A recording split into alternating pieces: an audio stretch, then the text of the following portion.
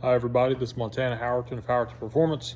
I'm going to make a short video showing the installation of our battery disconnect kit. This is going to be a pretty straightforward installation, and we're just going to be basically removing the kill switch from the back of the truck and putting the remote battery disconnect on the vehicle. So here's the back of the truck. Like I said, we're going to be removing this. This is where our actual kill switch itself is going to be located. I have decided to go ahead and put the solenoid here, and just pardon some of this rust and everything. We're trying to fix this truck up a little nicer, but it's a slow project. Yeah, I'm gonna put the solenoid here. It's nice and close to the battery, and it's just nice and convenient. You know, we're not going to be getting it caked in rubber, and it's not going to be shouldn't be getting wet or anything like that. That doesn't really matter on these, but just to keep it nice and clean and for convenience, in case we ever do need to replace it for whatever reason, you know, it'll just be right up here, nice and close. I've already disconnected the battery, as you can see. So yeah, I'm going to go ahead and remove the old kill switch and going to put in the new one. Get this mounted, and then we can start the actual wiring process. This is going to have two switches, one back here for, you know, track crew or whatever to kill if they need to, and then one actually up here on the dash. We already have that one. That was kind of our old kill switch, but it didn't actually kill power to the whole vehicle, just to a lot of the components. So we're gonna have our new kill switch here that actually triggers the main solenoid in the back, and then also the kill switch back here that's going to trigger it as well. So yeah, I'm just going to start by getting that removed and getting the solenoid mounted. So I've got the solenoid mounted, once again, here close to the battery. Doesn't have to be that way, but that's just where I wanted it. Just simply drilled two holes, mark drilled, put two bolts in it. I don't know if you can see that side, but let's see if I can get the camera. Yeah, right there's the other bolt. So here is our rear e-stop button. Okay. There's going to be some stuff of note here. First off, wires to this side. Okay, it will be labeled.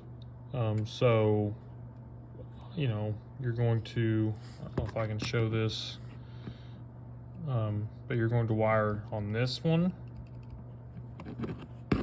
and this one. Okay, the wires on this side. Okay, you flip it around, there's no label, and it's green. Do not wire to this side. Nothing goes to these. Okay. These are actually normally open, so basically it would work backwards from push to stop. It would be pull to stop or twist to stop, whatever. But yeah, so you're going to wire to this side. Okay. Next thing is, how do you take it apart to install it? Okay. This one works a little bit different than the other buttons or switches. So if you'll notice, it has this little yellow tab on the top. You're going to push that over, okay, and then this whole switch body pulls out. Okay, you're going to drill this size into your vehicle. I forgot exactly what size. I'll try to post that though, what size it takes.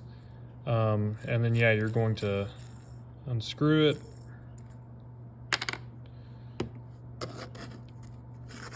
Basically put your e-stop ring on. You're going to then put this, into the back of your vehicle, and then from the back of your vehicle, you're going to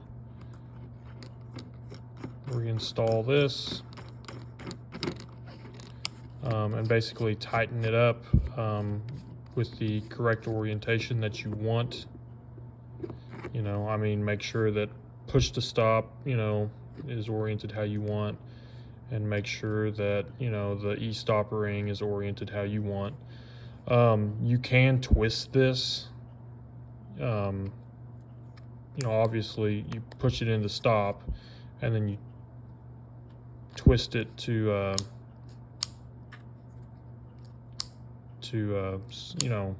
send power. But you can twist this even further if it's not oriented exactly how you want it. So you can do that. Then to reinstall it, hope everyone can see that, how it says top. Okay, that's the only writing on it. It says top. Okay, this says top. Okay, you have to put those tops together. Okay, so top and top. Okay, so you're going to put those together.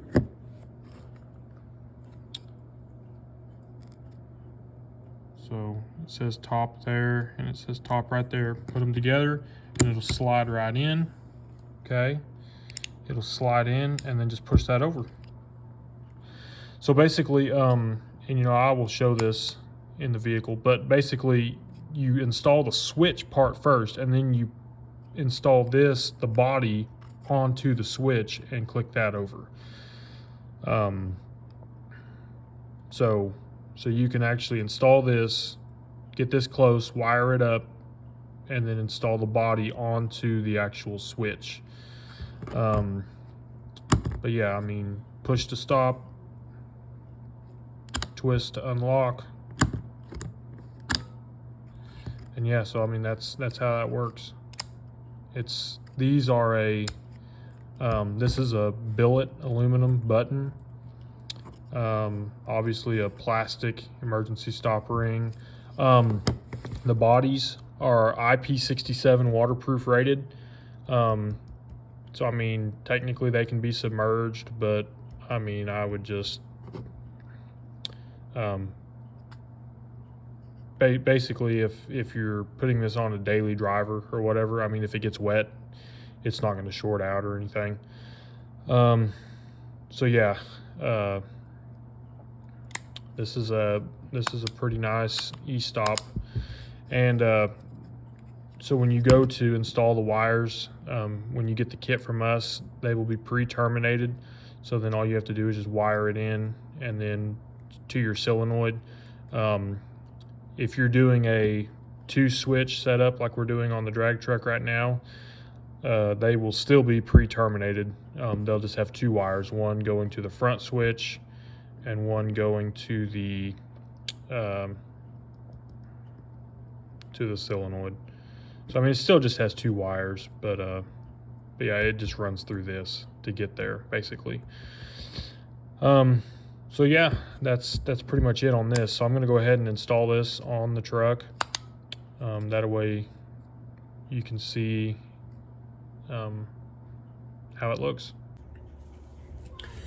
Okay, so I'm getting ready to install the button in the rear of the vehicle. So like I said, you have to click that over. It will release the button itself. And let me scoot over here. So there's the hole that I drilled.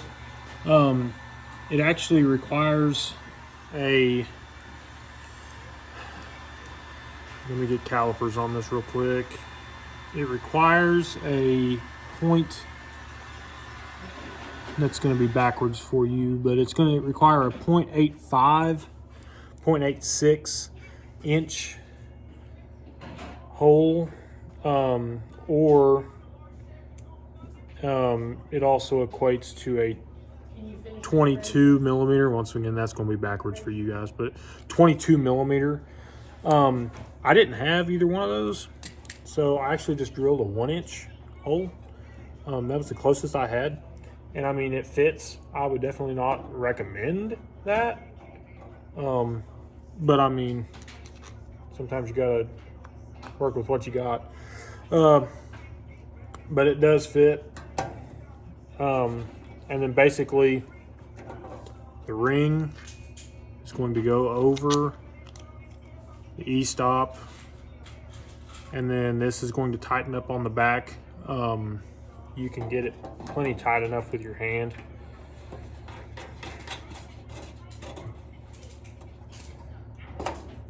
You want to hold the gold portion, and then of course tighten the nut portion. And once again, you want to make sure that this is nice and straight. You want it to look good. Go ahead and tighten that up.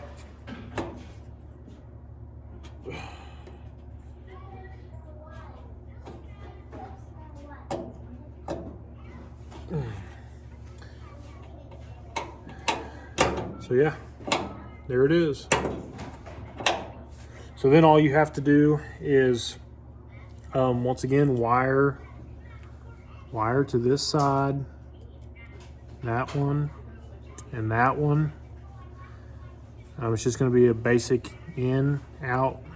Doesn't matter which side you go to, but just make sure it's wired to this side of the block, this side. And then you're just going to put that in. Of course, top goes to top. The top was still oriented on the top of the switch. Top goes to top, push it in, click that over, it locks it in place. So yeah, I'm gonna go ahead and do that, and I'll be right back. Okay, so pardon the mess, first of all, but I've got the switch installed. This was the old switch. I got the new switch installed, not hooked up, but this requires it measures at a 0.53, so a 0.55 drill, or whatever the metric equivalent would be just about right for that. But yeah, I mean, obviously the knob screws off. Drill the hole, pop that through, put the nut on it, put the knob back on it, and you're good to go. So all I'm going to do now is route the 15-foot cable. I'm going to go under the dash, through the firewall, under the truck.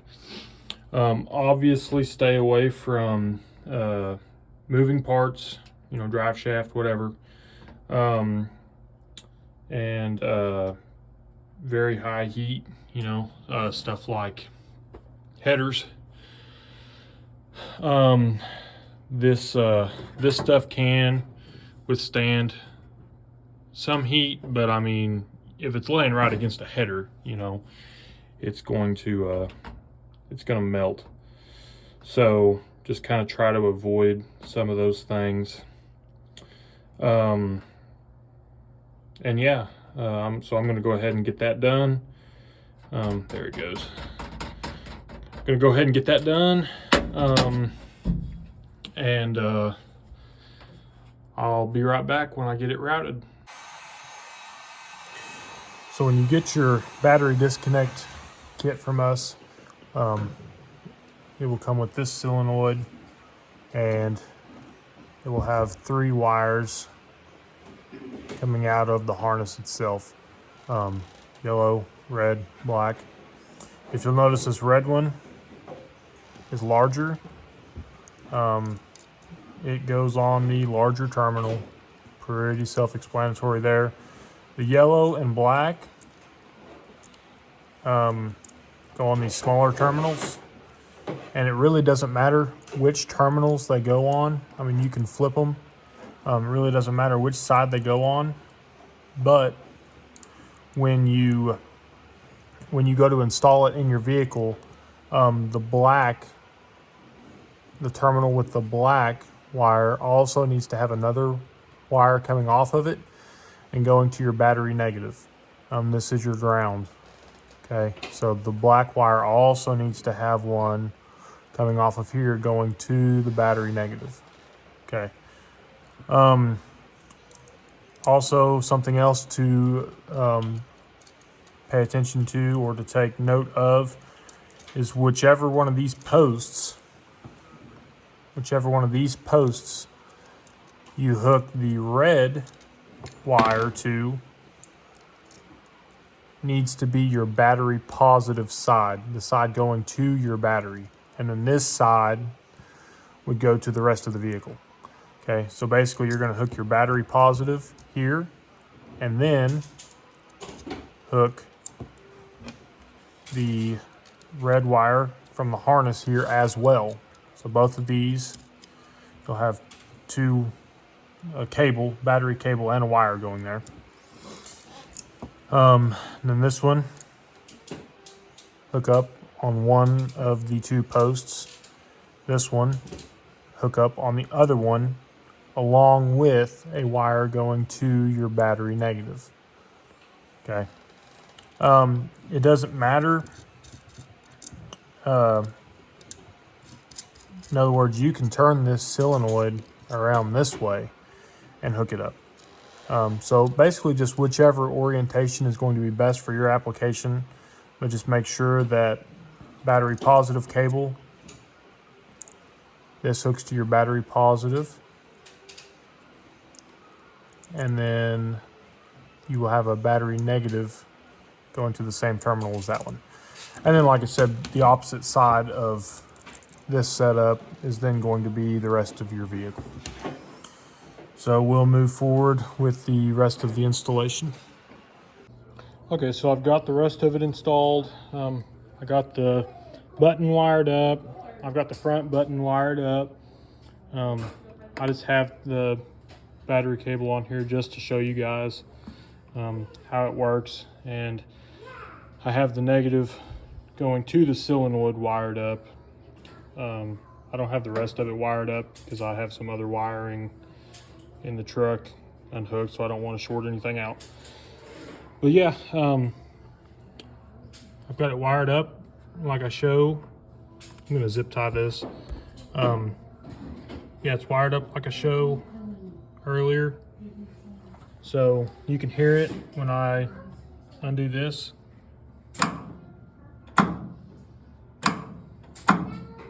You can hear the solenoid.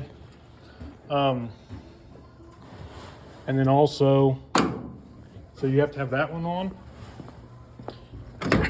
and this one on. So this one lights up. You have to have both of them on. So if I turn this one off, you can actually hear it in the back of the truck. So if this one is off or if that one is off, the truck will not have power. They both have to be on for the truck to have power. So off, on. This is what this one looks like installed. Twist it, that's on. Push is off. As you see, when you twist it, it pops out. Push it, it turns it off. So yeah, that's pretty much it for the remote battery disconnect kit. Any questions, just reach out to us at Howerton Performance. We'll answer anything that we can. I appreciate it. Everybody have a great day.